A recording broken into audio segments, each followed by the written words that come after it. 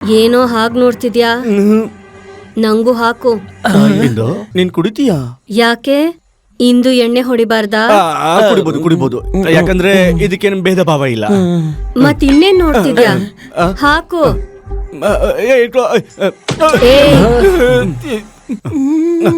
ತಗೊಳಮ್ಮ.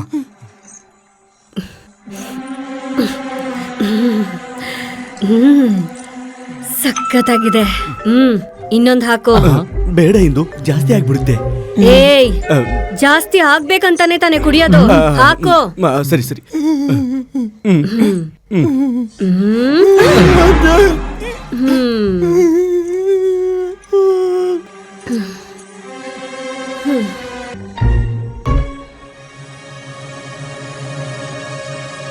ಇಂದು ಮಗ ಇವಳು ಚಿತ್ತಾಗ್ಬಿಟ್ಟಿದ್ದಾಳ ಕಣೋ.